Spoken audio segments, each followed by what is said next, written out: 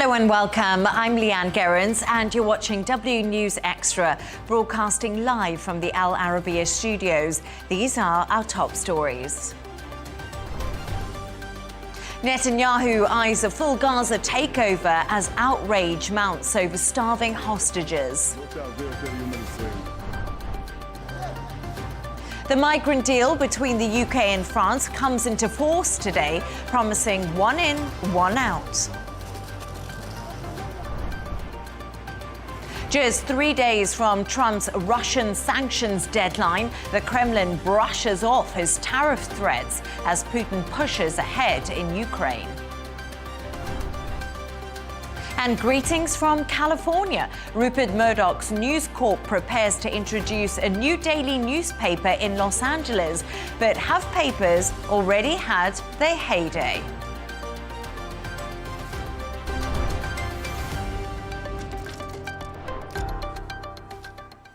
Now, Israeli media says Prime Minister Netanyahu has decided to fully occupy Gaza and has called on his security cabinet for approval. Critics are accusing him of dragging out the war for personal survival, with the former PM Ehud Barak calling it a war of deception. Meanwhile, aid groups have warned that conditions in Gaza are dire and families of captives are slamming Netanyahu for rejecting a potential ceasefire deal. Earlier, I spoke to former Palestinian Minister Dr. Gassan AlKhatib. I asked him what the solution was to end the conflict. The use of force and the violation of the basic human rights of the Palestinians in Gaza is not going to bring them nearer to peace and security, put aside the release of their hostages. The way to achieve the declared Israeli objectives of peace and security and release of hostages is to respect the basic rights of the Palestinians, is to end this genocide process that has been going on for 2 years, and try to engage in a political process that can promise the end of the Israeli illegal occupation. To discuss this and all of today's stories, I'm joined in the studio by Dubai 92 presenter and friend of the show, Jono, and Al Arabiya editor, Wissam Kirus. And he joins us all the way from Riyadh. Wissam, a pleasure to have you on. What are we expecting to happen following Netanyahu's security cabinet meeting when it happens at some point this week? We have been expecting this to happen tonight. It might happen now on Thursday. We have some reasons to believe that the information and leaks that we have been reading in the Israeli papers are leaked from the entourage of Netanyahu himself. The leaks say clearly that Netanyahu and his most close allies politically and in the security field are considering a full occupation of the Gaza Strip. Let's not forget that the Israeli forces now occupy almost 75% of the land of the Gaza Strip, which is already significantly small. And if this is to happen, it will reach 100%. And it will mean that we will be seeing some fighting and some violence within areas very close to where the hostages are held. Now, this can be very simply more pressure on Hamas, because if Hamas, people around Netanyahu think if Hamas consider that full occupation is coming on the way, they might change their stance and they might understand that they will have to reach a deal that is closer to the stance and the principles and what the Israeli government needs. But at the same time, if this happens, it's a game changer for a lot of people and parties involved in this process. Parties like Qatar, like Egypt, like America, and like others who were still believing in the possibility of a deal and who are now realizing that there is a collapse of the whole process of a ceasefire in Gaza. And Jono, we are just hearing there about the leaks that could have possibly come from the entourage, a new plan that Netanyahu has in place for the future of Gaza, this full occupation. But could these new plans really have an effect on the hostage release, as well as the humanitarian crisis inside of Gaza? Because as Wissam said, 75% of it is already occupied by Israel. The short answer is yes. Obviously, both situations could be deeply impacted. And to further on Wissam's point about that this is potentially internally that we've heard this news, that would indicate that there may be some sort of a weakness in Netanyahu's Israeli coalition. And if that is the case, a mention of this, a full on-ground occupation, maybe the powers that be within Israel would like to see international pressure upon Netanyahu to stop this from happening. I don't think anyone in their right mind can see this as a good solution to the problem. A full occupation means obviously the IDF going to deeper operations across Gaza.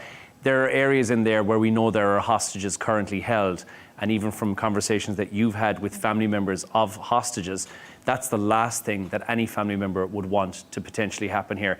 A full military push like this will leave fewer diplomatic options in the long run for Netanyahu as well, which of course leads to greater civilian suffering. We already know of the famine and the aid agencies who are on the ground having a very difficult time in getting that aid to the people who need it most.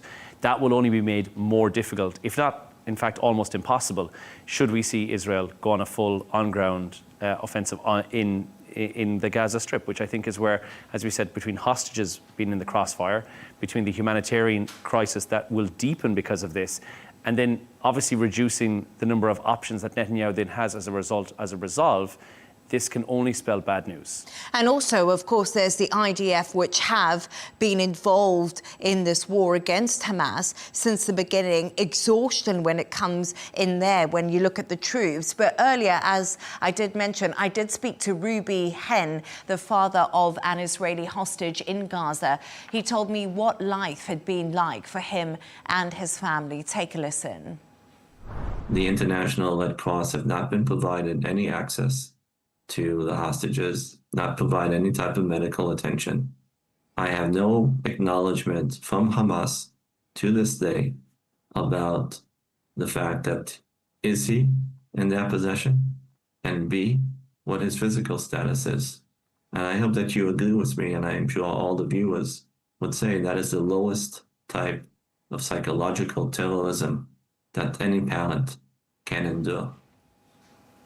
And Wissam, also Rupert Murdoch earlier, when he was speaking to me, he did say that the family of hostages and the families had met with Steve Wickoff on Saturday, so last Saturday, not that long ago. And what he did say to me was he was really shocked when Netanyahu announced his plan of full occupation of Gaza, because apparently Steve Wickoff had told them they had a very different plan in place, and the plan in place was to get the hostages back and for a ceasefire deal, and that's basically where the US was. So are there big splits within Israel and the relationship between the US and Israel when it comes to Gaza? There are differences, of course, but let's not forget that already on the 18th of March, when Israel decided that it will resume the war in Gaza and to resume bombing, most of the security and defense generals in Israel were against this resuming of the war, and they were for extending the ceasefire. Now, having said this, it's an interesting and ironic parallel that we can see today itself between something happening in Israel and something happening in Lebanon. We have the cabinet meeting in Israel today. It was postponed to Thursday in order to say what they will do for Gaza. And Lebanon, we had the Lebanese cabinet meeting today and then postponing the final decision till Thursday to discuss the matter of disarming Hezbollah after the war with Israel. Now, why I'm making this parallel? Because we can see the limits of the pressure. I mean, Israel has been exerting a lot of military pressure on Gaza, on the population, on everyone. We have 60,000 people already died. We have starvation going on. And yet the limits of this kind of pressure, we can see the limits of this pressure. At the same time, we can see the limits of logical reasoning when it comes to the so-called resistance movement, whether in Lebanon or in Gaza, where they have a completely different logic, where it's not about how many people die, it's about maintaining, sustaining what they see as resistance in front of Israel. So this is very, in a way, of course, it's unfortunate, but at the same time, it is giving more room for some fringe within the Israeli system who still believe till now that there is a window within this war that will allow somehow to get rid of part of the Gaza population, whether in deportation or in any way. So we have people in Israel who still believe that this war presents a valuable option and possibility to change drastically the way Gaza is next to Israel forever. Unfortunate, because these people are feeding on the lack of logical reasoning and the ideological reasoning that is happening on the other side. On the split side of that as well, what you're looking at is the supporters of Israel who say military control and the strategic clarity is not quite there just yet. And everything that's been tried so far, supporters will say that these half measures have not worked. And so it may be seen from the Israeli point of view that full control could eliminate any remaining Hamas strongholds. Now, what we're being told from people inside Gaza, and even from the 600 people who just yesterday called upon the US to interject and say, right, and these are, by the way, as we mentioned, former Israeli ministers who have said Hamas is totally destroyed and there is nothing left in there to do. But we know that there are still strongholds that exist within Gaza. So supporters of Israel will say that, yes, unless we go on ground, the total occupation is going to send that message that Israel is willing to go the full distance in order to end this war with Hamas. And, Jono, I think the big concern there is Hamas might actually be weakened significantly militarily, but it's the ideology of Hamas within Gaza, and has that grown and become more radical due to this war with Israel, that a lot of questions are still being asked about it. And I think it seems that way as well. There is, obviously you take out members of Hamas and you've reduced their numbers, but like you rightly said, there is an ideology that still exists, which I think Israel sees as a major stumbling block for them as well. The international pressure is one thing, but I don't, and we've discussed before, if Netanyahu really wants to see an end to this war, this move may get us closer to the end of the war, but I don't necessarily think it's the right way to go about it, and that's the concern. Jono and Wissam, stay right there as we move on to another story now. A new one-in, one-out scheme will let the UK send some new Channel arrivals back to France while taking in the same number of vetted asylum seekers with ties to Britain. Only new arrivals will be eligible, and those caught crossing will be detained immediately. So, Jono, this is a really big story in Europe. We can't, deny that. Immigration is a hot topic when we look across European countries. But over 25,000 people have crossed the Channel this year to date alone. That's 49% higher than last year in 2024. I mean, will this scheme, they've tried so many, will this scheme actually stop the boats or help the migration issue? It's very unlikely to stop the boats. What we're seeing currently is, I think, a direct result of this Franco-Anglo relationship that's been reignited, and somewhat of a middle ground to try and seem like something has been done about the migration project, the migration problem. However, what we're also seeing is this one-in, one-out, which is such a bizarre pilot scheme. 50 people a week will be sent to France.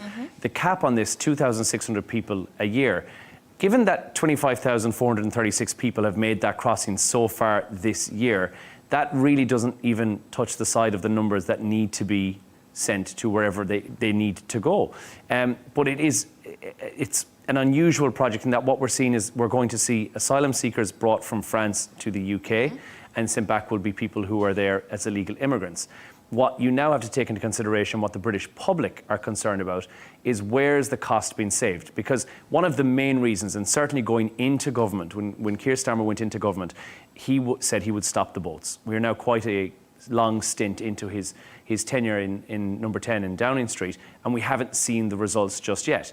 The one-in, one-out policy is taking somebody who's costing the UK 10 to 15,000 British pounds per year and sending them to France. And instead, we're now going to bring somebody in who's an asylum seeker costing 20 to 40,000 pounds per year and letting them become a problem in the country.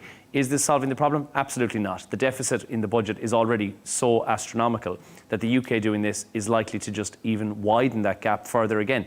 So I think people in the UK are rightly annoyed and rightly thinking, where's the win for us on this one? Because it certainly won't stop the boats here and now, because that's a smuggler issue that is far more deep-rooted. It will be a stepping stone, and I would hope that in the next 12 months we'll see something even greater than that again. But by the time those 12 months have gone by, or 6 months have gone by, if another 25,000 come in, we'll now have a 7 to 8 year backlog on a one-in, one-out policy, which clearly won't work. And what's really interesting is when the government was pressed on this today, the Labour government in the UK, who've been in power for a year, they couldn't actually get exact figures on how one-in, one-out will work. So it might actually be less than 50 people. So we just have absolutely no idea right now how quick it will be to process these claims and send people back. It's not as easy as you come and detain and we send you back. There's a whole process behind that. But Wissam, Trump's crackdown on immigration is being applauded for being a lot more successful. Will the UK and France be looking to the US if this one-in, one-out scheme actually fails to work at all? Well, let's start by saying that one in, one out is already too little, too late for this big problem facing the continent. It's also very symbolic, very small, but it means that two countries who have been, in concurrence during the last few centuries, overruling the world, they are now dealing on a very small scale on whose fish is for who and how to deal with 50 migrants every week. But it's still a good thing. But instead of looking into America and the so-called success that Trump is being able to talk about or brag about, as his opponents say, they can look much closer to them, to Italy, where the policies of Giorgia Meloni can now claim that they have been able to lower the immigration, the same kind of immigration that the UK is facing. Actually, it's people arriving by boats with smugglers by sea. And Meloni can say that I have been able to lower the immigration flow by almost 60%, which is huge, and it's a huge success. Now, having said that, it is also a recognition by the two major countries around the channel to the fact that immigration is one of the most important, worrying things and elements for populations, just after the purchase power and economy. People are worried about how immigration is changing their countries, they're changing the way they live on daily life, whether it is real or perceived. And at the same time, it all comes within a very gloomy economic situation. So yes, these governments need to give signals to the people that they are dealing with immigration very seriously.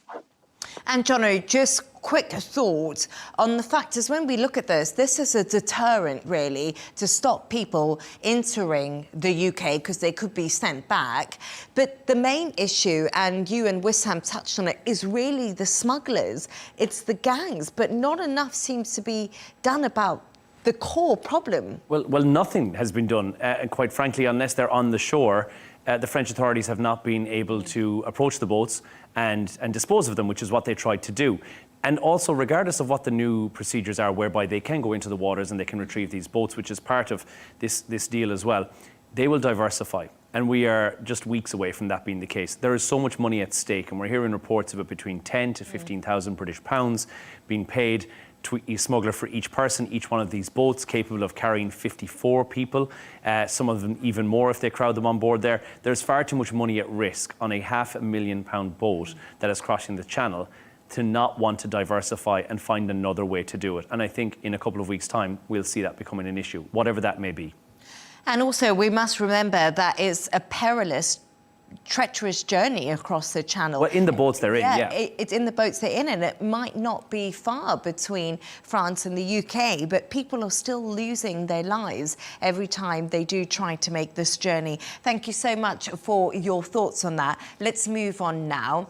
And there's just 3 days to go until President Trump's Russian sanctions ultimatum, imposing 100% tariffs on countries who buy their oil. Earlier today, the US president told told CNBC he believed energy prices would go down if Putin stopped killing people. However, sources close to the Kremlin say Trump's threats will not shake the Russian president's goal of capturing 4 regions of Ukraine.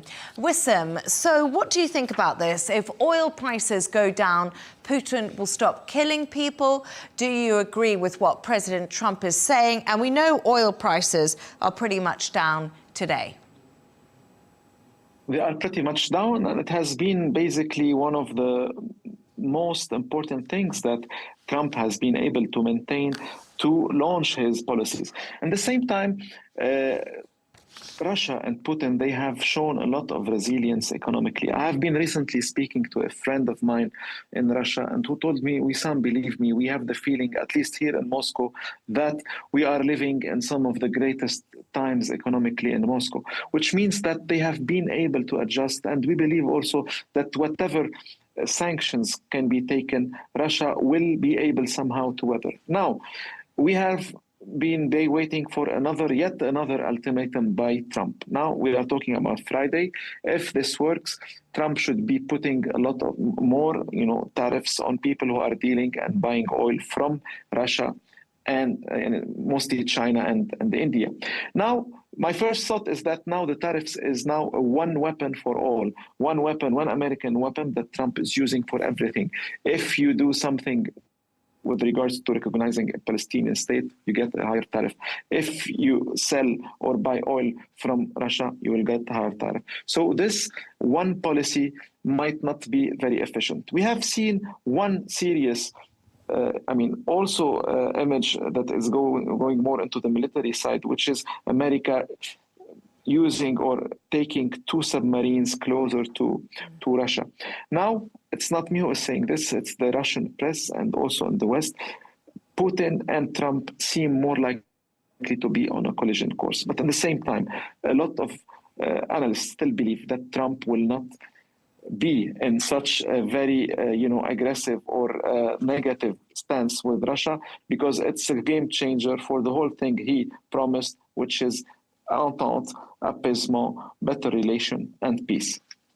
So, that's so interesting because also Russia called Trump emotional, Jono, when he moved the submarines closer towards Russia following some comments from a former president. But, we look at this story and we've been talking about it a lot on the show. And Donald Trump, before he came into power, said he'll take 24 hours. He'll be able to stop the war between Ukraine and Russia. We're 200 days in now to Donald Trump's presidency. And the war, as we know, is continuing. We're still talking about talks that have been happening. Do you think that basically Trump just wildly underestimated Putin? I think he's misjudged Putin's resolve. I think that's been the key problem that the administration has had. And I think the solutions that they're looking at is not something that Russia really understands. And it's also not something that they're concerned about. Russia has dealt with many, many years of sanctions being imposed on being effectively cut off from the Western world economically and otherwise, of having many, many situations whereby they've been left kind of on their own. So doing something like this doesn't make a huge difference. And for Russia, what they've got is the tenacity to be able to go out there and say, right, now India and China are going to be paying more to buy oil of us. What we will do is counteract that in the amount that we can charge for the oil, because obviously it's their resource. So they will offset the tariffs. And they've said that over and over again. They are able to do that without too much of a drama. So this 100% tariff really may not have a massive knock-on effect. And Steve Wickoff, and we've mentioned before, being sent to Russia he's a really handy messenger boy, but is he achieving anything when he goes there? And the key thing seems to be that no, he's not. He goes in, he comes back out again. The rhetoric that he spills when he comes back out of the Kremlin seems that he almost went in and had a moment of some sort of a realization where he seems to be more pro-Russian when he leaves the Kremlin. And I think we can all agree that we see that every single time. And like we said on the show yesterday, he's a real estate tycoon who's going in with no negotiation skills to try and negotiate probably one of the biggest peace deals that we're likely to see. So I don't think that Putin has got any concerns with this tariffs being imposed once again, and Russia don't respond well to threats. I think we're likely to see Putin play the long game. It's as I said, not going to respond, certainly not with a knee-jerk reaction to this as well. But every time Trump puts something like this in place, we really see no reaction from Russia. There's no pushback on the front line. In fact, quite the opposite. We'll see a tariff imposed from Trump or sanctions imposed from the West, and the following day, we'll see 300 or 400 drones heading into Ukraine. And we have seen that, haven't we? We have seen Russia upping the ante when it comes to drone attacks and missiles attacks on Ukraine ahead of this deadline. I just want to tell you, we are getting some breaking news that Wickoff will be in Russia on Wednesday, which is tomorrow, and he will, of course, be trying to push for some kind of ceasefire deal. But it's really interesting because earlier I spoke to Donald Jensen, a professor of Russian foreign policy at Johns Hopkins University and former diplomat at US Embassy Moscow. I asked him what he actually made of Steve Wickoff, as well as Russia's view of him. Take a listen. According to President Trump last Friday, the Russians asked for Envoy Wickoff to be the representative of the United States. I think Envoy Wickoff has been criticized, particularly in February, about his lack of experience, perhaps unfairly. And I think the Russians see him as an easier mark, as they say in English, rather than some of the other people in the White House. And so this all looks to me like a setup for the Kremlin to score some propaganda points. There we go, Wissam. So that was Donald Jensen speaking to me, just basically saying that Steve Wickoff is an easy touch when it comes to the Kremlin. So do you think his visit tomorrow will make any difference? It's interesting that it's happening tomorrow. Tomorrow is Wednesday. It's 2 days before the end of the ultimatum. And since, as Jono said, every time he goes to Russia, he goes out more pro-Russian. So we believe something would come out of this. But at the same time, yes, we think that America has misread yet another time how Russia thinks. It goes back to even people like Barack Obama in 2009, 2011, when they tried to reset the relations with Russia. And it didn't work. And now Trump, he gave Putin all the previous gifts. He gave him almost everything, thinking that a deal will be so easy, and yet it didn't work. So obviously America does not understand how Russia perceives Ukraine and NATO. And apparently Putin understands Trump much better. And I will go back to a quote that that I read that was leaked from very senior people from Russia and America. That was a discussion between people from the entourage of Putin and aides to Joe Biden in 2022, just before the war in Ukraine broke, just before the invasion. This very senior Russian official, he tells his American counterpart, who happens to be his friend, he tells him, remember, when things get hot in Ukraine, remember that we care more than you do, and we can wait more than you do. Obviously, this is what's happening now. Russia cares about this war, cares about Ukraine much more than America does. And this is being shown in every step of the way. Yeah, definitely. They are playing their cards close to their chest, Russia. Let's move on to another story now. And Rupert Murdoch, the media tycoon responsible for The Sun, The Times, and of course the Wall Street Journal, has announced plans to expand to California, announcing a new US daily newspaper, the California Post, a sister paper to the existing New York Post. The West Coast version will be published in Los Angeles and is due to land in early 2026. Jono, a risky decision because so many newspapers are just going out of business. So what's his thinking? Look, it depends. You're Rupert Murdoch, you've been around 94 years. You kind of should know what you're doing at this stage. He's stepping into what I think he sees as a media gap because the LA Times is struggling.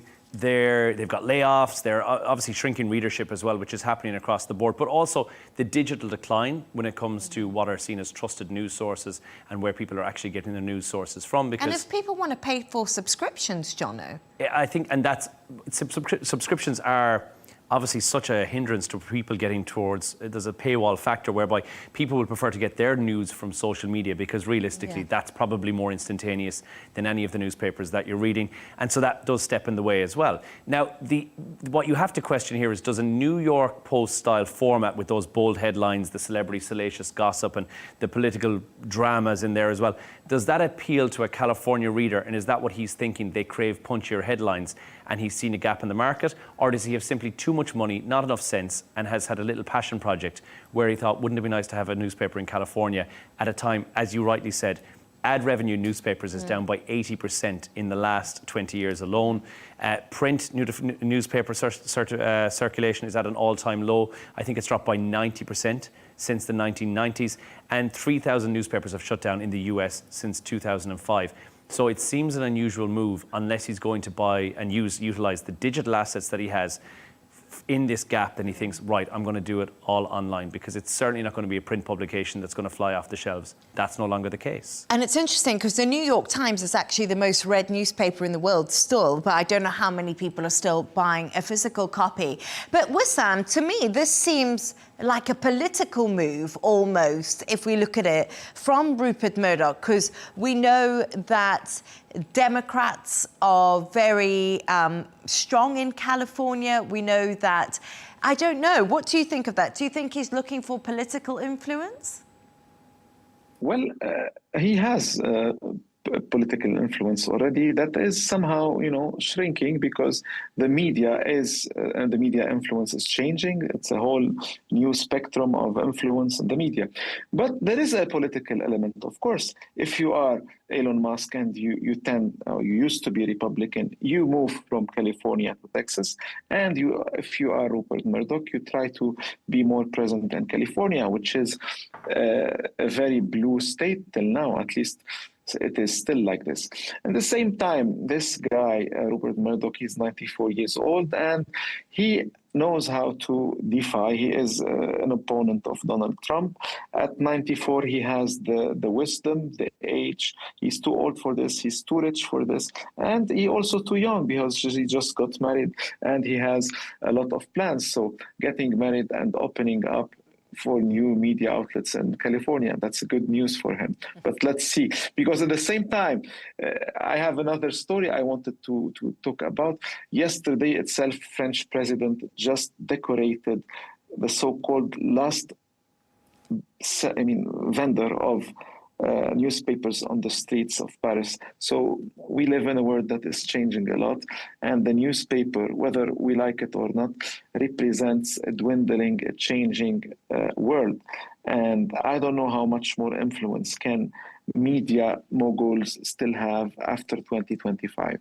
I think he's made a lot of poor decisions in the last couple of years, and this may not be down to him aging, but he's opened a lot of media outlets which have not been a success. And although we've had the massive Murdoch empire, you have to remember he's got a lot of eggs in a lot of different baskets. Some of those have been quite fruitful, some of them have been really, really successful.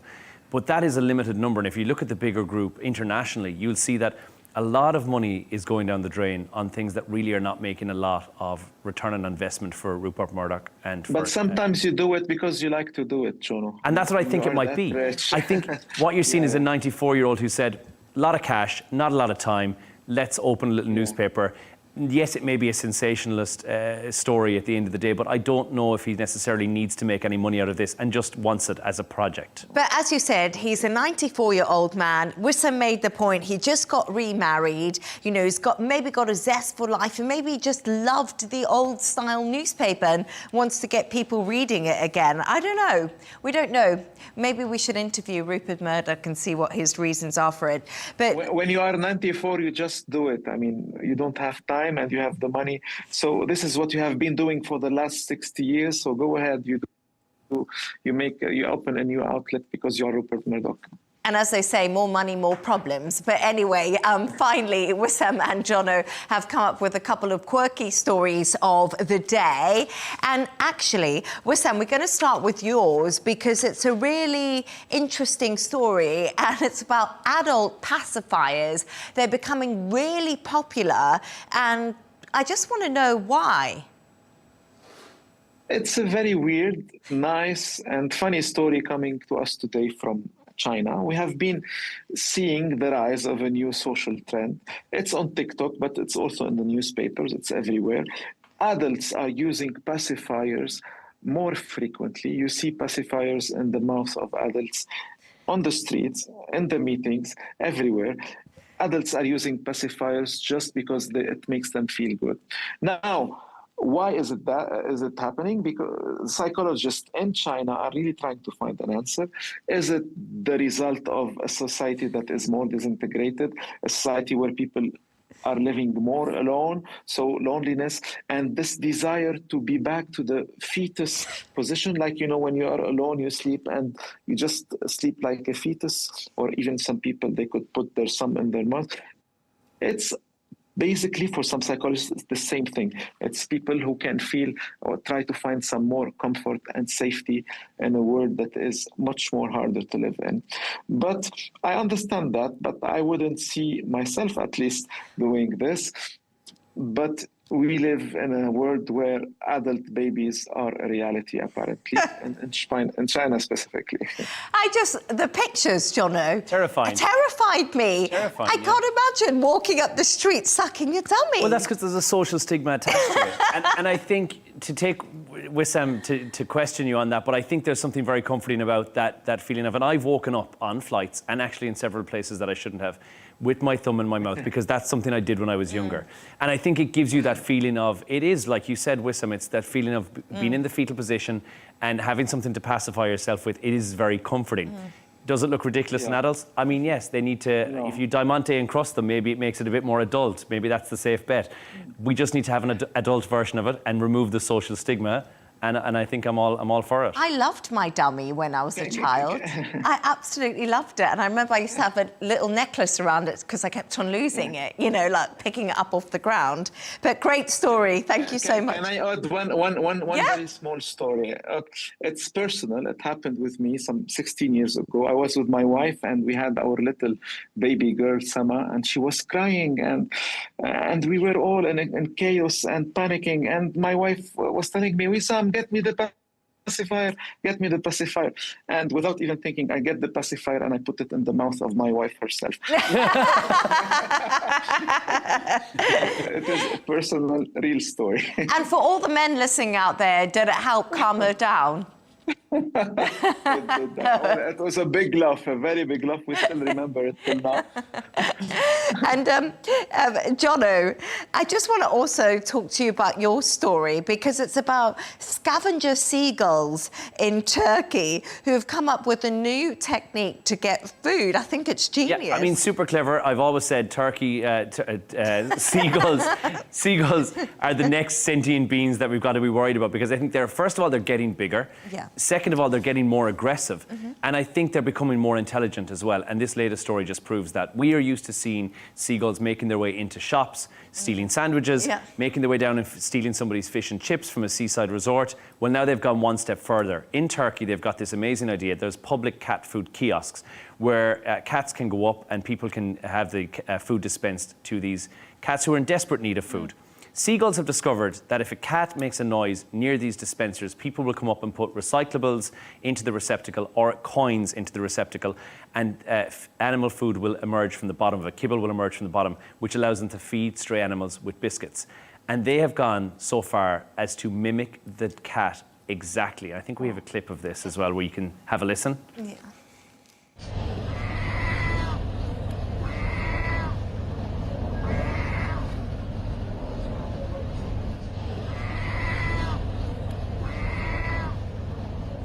Now, obviously, you have some competition in the terms of seagulls. And I certainly, being from an area whereby there's a river and there's seagulls, I wouldn't take one on in a fight personally. I'm pretty sure the reason there's no cats around there either is because they are wise to the fact that seagulls are A, aggressive, and B, also, they're the more intelligent being now. I think humanity needs to move aside. Seagulls are probably on the way to take over. And this is just another stroke of genius from these flying hazards. The little scammers. Aren't they so clever? Because previously, we've seen them as thieves. They've always got into rob stuff. And I think now they've leveled up from that again, and they're one step away from opening a telecommunications centre. They're scamming people for cat food. They're going to be ringing me soon. But the only thing that I thought was, I went back to the UK and Ireland recently on holiday, and I was in Galway in Ireland. I saw the seagulls there. They're like flying dogs. They're so big these days. They're so big, yeah. They have apartments there. They're terrifying, and I think they've become now a bit more of a hindrance. But they're also super smart, and I don't hate them. I still find them very cute. But I think that's a stroke of genius on the part of seagulls. Yeah, it's absolutely fantastic. A little story from me. I grew up with a crow in a house, and the crow used to bark like a dog to be let into the house and meow like a cat underneath the table to get treats. Very clever animals. Genius. Birds are geniuses. There we are. The birds are becoming the new scammers. Watch out, everyone. But thanks so much to today's guests, Dubai 92 presenter Jono Hayes and Al Arabiya editor Wissam Kirus. And that's all from us on W News Extra. Don't forget to subscribe to our YouTube channel and follow us on X. G&T with Michal Prendergast is coming up next. Goodbye and have a lovely evening.